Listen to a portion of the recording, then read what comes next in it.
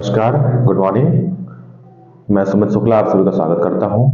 आज इस वीडियो में हम डिस्कस करेंगे कक्षा 12 का पहला चैप्टर विलियन, जो कि आपके एग्जाम पॉइंट ऑफ व्यू से बेहद इंपॉर्टेंट है।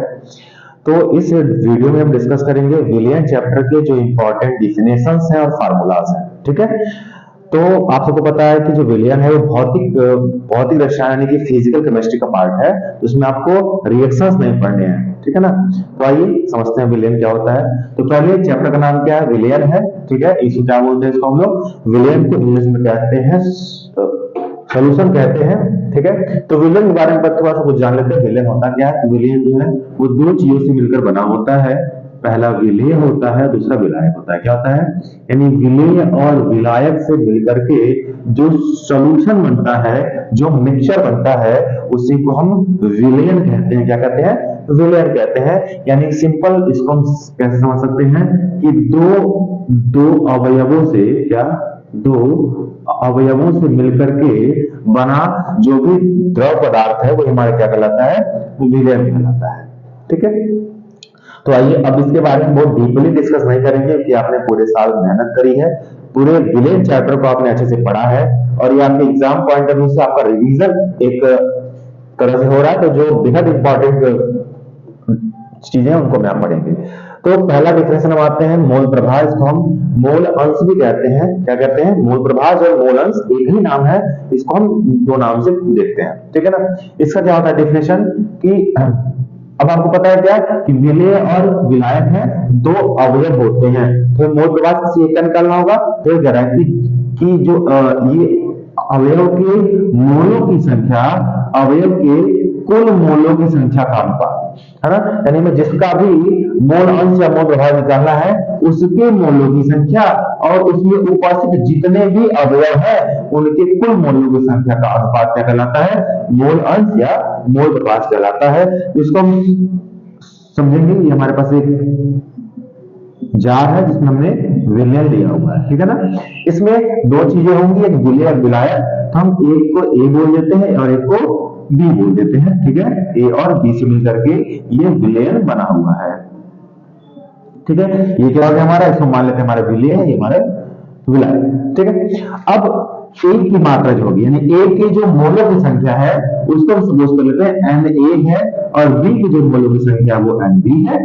ठीक है, क्योंकि आपको पता है कि मोलों की संख्या को हम स्मॉल एन से रिप्रेजेंट करते हैं, तो ये एन ए हो गया और ये एन बी हो गया। अच्छा, अब हमें निकालना है यक्स, क्योंकि मोल प्रभाव को हम कैपिटल एक्स से रिप्रेजेंट करते हैं और जिसका निकालना होता है, अगर हमको ए का निकालना अवयव ए का निकालना है तो हम यहाँ ए लगा देंगे, अगर अवयव बी का निकालना है तो हम यहाँ बी लगा देंगे। ठीक है, तो अब क्या हो गया एक्स ए यानी ए का मोल प्रभाव यानी ए का मोल अंश हमको निकालना है। तो क्या, जिसका निकालना है उसके मोलों की संख्या यानी इस अवयव के मोलों की संख्या और बटे कुल अवयव जितने अवयव उपस्थित ए और बी के मोलों की संख्या को क्या हो जाएगा, ये ए का मोल प्रभाव हो गया यानी N A upon N A plus N B. ठीक है, अच्छा, अब हमें अगर दूसरा निकालना होगा यानी कि बी अवयव के का अगर मोल प्रभाव निकालना होगा तो यक्स बी बराबर N B upon N A plus N B, यानी कि जिसका निकालना है उसकी मोलों की संख्या बटे कुल मोलों की संख्या का जो अनुपात होगा वही क्या होगा, मोल प्रभाव कहलाएगा। और आपको क्या पता है कि जो एन ए होता है और एन बी ये हमेशा क्या होता है, एक होता है। क्या होता है, हमेशा यूनिट यानी एक होता है। ठीक है, तो आई होप कि आपको मोल प्रभाव का डेफिनेशन अच्छे से समझ में आया होगा। तो फिर देख लेते हैं क्या कि अवयव के मोलों की संख्या तथा लगा दीजिए तथा अवयव के कुल मोलों की संख्या का अनुपात मोल प्रभाव कहलाता है। ठीक है, ये रहा हमारा फर्स्ट डिफिनेशन, इंपॉर्टेंट है, वेरी इंपॉर्टेंट है। दूसरा आते हैं, दूसरा क्या है, दूसरा है मोललता। दूसरा क्या है, मोललता। इसे हम स्मॉल एम से रिप्रेजेंट करते हैं। क्या करते हैं इसे हम, इसे स्मॉल एम से रिप्रेजेंट करते हैं। अब देखिए जरा इसका डेफिनेशन बेहद आसान है। कैसे, किसी विलेयन की मोललता है ना, कि आप सबको पता है कि जो मोललता होता है किसी विलेयन का निकालते हैं हम। ठीक है, तो किसी विलेयन की मोललता हम स्मॉल एम से रिप्रेजेंट करते हैं 1 केजी विलायक। क्या, 1 केजी विलायक में उपस्थित विलेय के मोलों की संख्या। क्या, यानी कि जो विलेय है उसके मोलों की संख्या। विलेय के मोलों की संख्या के रूप में परिभाषित की जाती है। यानी आपको मोललता का अगर आपको डेफिनेशन जानना है तो किसी विलेयन की मोललता 1 kg विलायक में उपस्थित विलेय के मोलों की संख्या के रूप में परिभाषित की जाती है।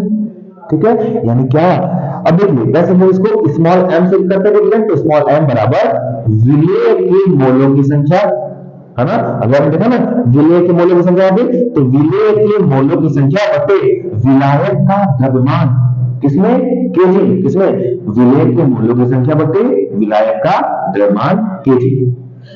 ये क्या हो गई, यानी अगर आपको मोललता जाना एकदम आसान समझेंगे कि ऊपर कारक देना आपको विलेय के मोलों की संख्या और नीचे क्या पूरे जो भी विलायक उपस्थित है उसका द्रव्यमान दिया हुआ है, उसको लिख दीजिए, आपकी ये m यानी कि मोललता निकल जाएगी। ठीक है, अब इस पे बेस्ड कुछ न्यूमेरिकल्स भी आते हैं तो उसके लिए भी आपको हम बता देते हैं फार्मूला क्या होता है। स्मॉल n ये क्या है, ये क्या है, इसको हम बोलेंगे मोललता, क्या बोलेंगे इसको, ये क्या है, ये स्मॉल n क्या है, ये इसको बोलेंगे मोललता बोलेंगे स्मॉल n। ये क्या होता है, W पूरे 1000 बट्टे m और कैपिटल W।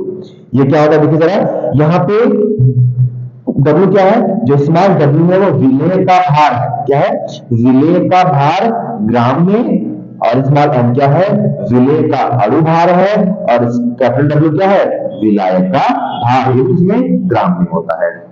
ठीक है, अच्छा दूसरा क्या है डेफिनेशन, मतलब दूसरा क्या फार्मूला, स्मॉल m बराबर W बटे mw। अच्छा अंतर क्या है दोनों में ध्यान देना कि अगर आपको क्वेश्चन में जो भार है वो ग्राम में दिया हुआ है, अगर क्या किसमें दिया है, अगर आपको भार विलायक का किसमें दिया, ग्राम में दिया हुआ है, तब आप यहाँ पे 1000 लगाएंगे। अगर आपको भार केजी यानी किलोग्राम में दिया हुआ है तब आप 1000 का यहाँ पे यूज नहीं करेंगे, बस W अपान m इंटू v करके आपका फार्मूला हो जाएगा। इसके बेस आप न्यूमेरिकल लगा सकते हैं। ठीक है, तो आई होप ये दोनों डिफिनेशन आपको अच्छे से समझ में आया होगा, इसका रिवीजन आपने अच्छे से किया होगा।